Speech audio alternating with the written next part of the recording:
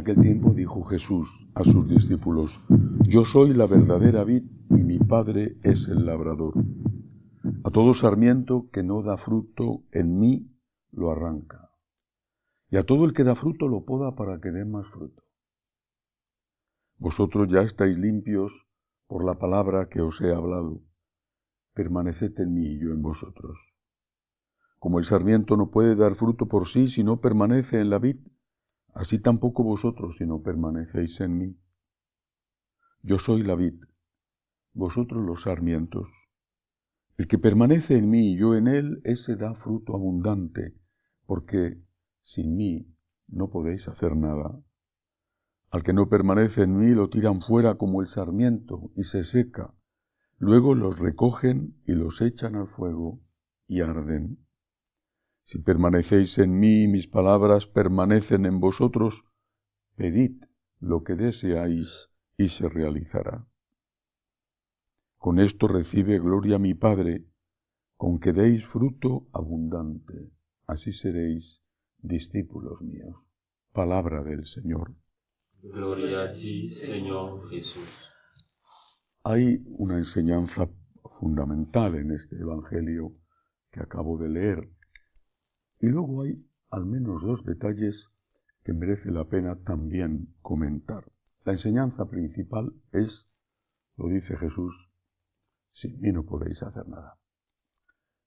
El sarmiento que no está unido a la vid está muerto. No podemos dar fruto. De ahí tenemos que avanzar, pero mirando atrás. Es decir, mirar hacia adelante, pero teniendo en cuenta lo que hemos hecho. Si no hay frutos, ¿qué tenemos que hacer? Miremos hacia adelante. ¿Qué tenemos que hacer para que haya frutos? Y ahora, que retroceda nuestra mirada. ¿Qué hemos hecho mal? Hemos estado unidos a la vid. Cristo ha sido nuestro permanente referente. Recuerdo una de las primeras veces que estuve en Guatemala. Es un país en el que he estado muchas veces, incluso en el que he residido durante varios meses, un país al que quiero muchísimo. Me llevaron a visitar casi al principio una ciudad bellísima, se llama La Antigua, y paseando por los puestecitos donde vendían las telas coloridas que hacen los nativos de ese país con una tradición milenaria, me llamó la atención que todos ellos tenían puesto enchufado la radio, estaban escuchándola. Mientras atendían a los turistas, a los clientes, había siempre la radio puesta, pasabas de una tiendecita a otra, siempre la radio puesta. Y que en casi todos los casos eran emisoras protestantes. Es un país donde, si no es ya la mayoría, está muy cerca de serlo, son personas que están en distintos tipos de sectas. En esas radios protestantes que escuchaban casi todos los vendedores, a su manera, con su discurso, bien, no es una cosa que a mí ni el fondo ni la forma me convenza, pero se hablaba de Dios, se hablaba de Cristo. De aquella manera se hablaba de Dios, se hablaba de Cristo. Si escuchas una radio católica, excepto, por ejemplo, Radio María y seguramente alguna más, lo más probable es que haya algún programa religioso en horarios muy poco apetecibles, de poco interés, mientras que los horarios de verdad, donde la gente podría estar escuchando la radio, están dedicados al fútbol, sobre todo, a la política, o a noticias de lo que va pasando, estos programas de varias horas donde se van contando cosas de todo tipo, recetas de cocina, hasta chismes. Los programas religiosos en un horario marginal. Y lo sé porque yo durante 3 años hice un programa religioso en la radio de los obispos en España. Y era a las 3 de la tarde. A las 3 de la tarde en España, muchos, no todos, pero muchos están o comidos o recién comidos o durmiendo la siesta. Si no estamos unidos a la vid, que es Cristo, es de extrañar que no se acerquen a la Iglesia.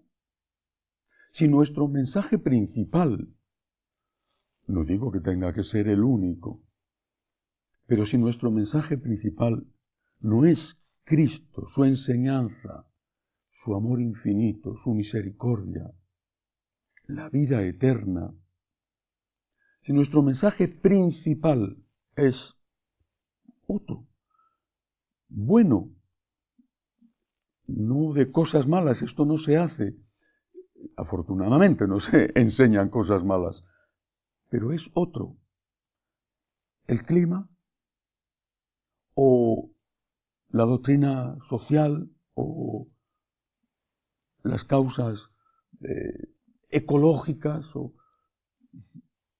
todo eso está bien y hay que transmitirlo, pero no puede ser nuestro mensaje principal. Por eso el Señor dice que no podemos dar fruto si no estamos unidos a Él, porque Él es el que da fruto, y eso es lo que tenemos que entender.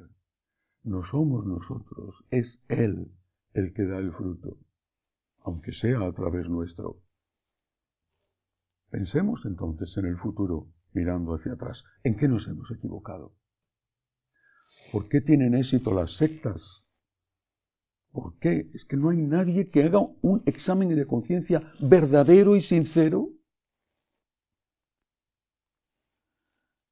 si no estamos con Dios, si no somos la Iglesia de Cristo, si Cristo no es todo para nosotros, entonces no solamente no daremos fruto, sino que será mejor que no demos fruto porque esos frutos serían malos, que serían contaminados.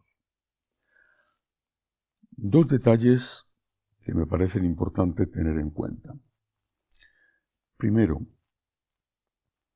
dice Jesús, a todo el que da fruto lo poda para que dé más fruto. Es así en una vid, lo sabemos. Por lo menos lo sabemos en las tierras donde hay vides. La poda que se hace de las parras o de las viñas, una vez que se ha recogido el fruto, se cayeron las hojas. Cuando llega el invierno se podan. Pero la poda duele. Claro, la vid está muerta por el invierno, aparentemente muerta. No sé si tendrá dolor, me imagino que no, aparte que no sé si los árboles sufren. Pero las personas sí, está hablando de personas el Señor. Has dado fruto y sin embargo tienes problemas. Y dice el Señor, para que des más fruto. Porque si no te puedes acomodar, o puedes creer que el fruto es tuyo, o puedes pensar que el cielo se produce en la tierra. Y puedes dejar de pensar y soñar y desear con ir a la patria celestial, que es nuestra patria definitiva.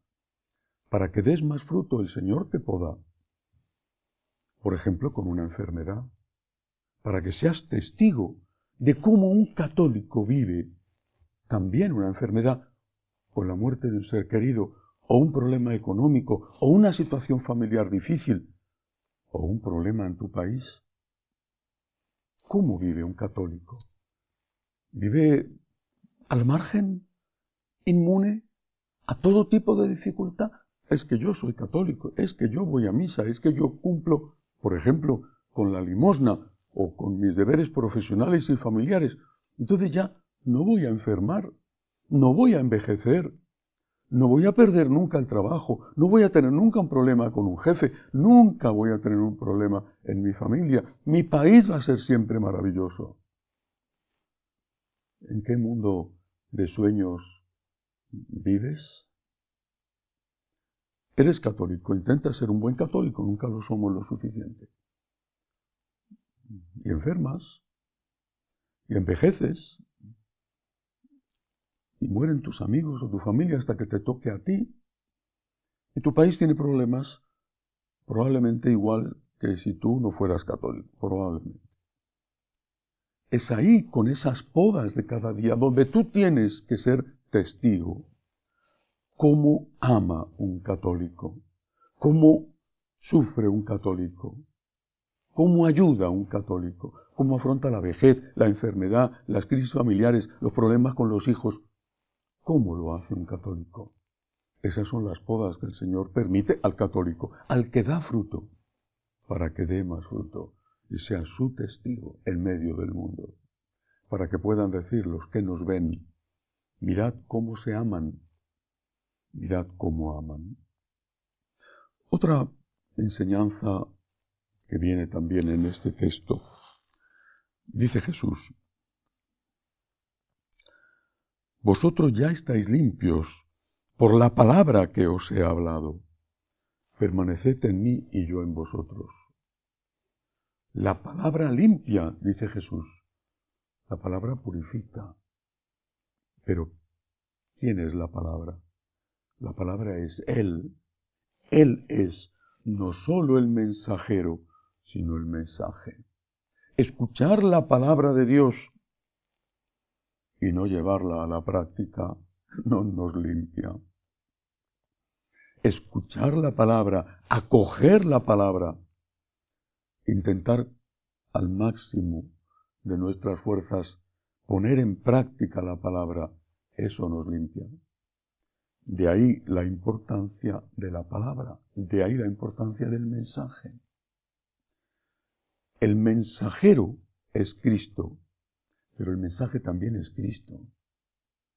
Porque el mensaje nos limpia y nos purifica, nos lava, si nosotros acogemos el mensaje, que es el mensajero, e intentamos practicar el mensaje que nos ha enseñado el mensajero. Cristo es todo para nosotros, debe de serlo. Y la Iglesia no tiene otra función, otro objetivo, otra razón de existir, nada más que ser el cuerpo místico de Cristo, del cual es la cabeza.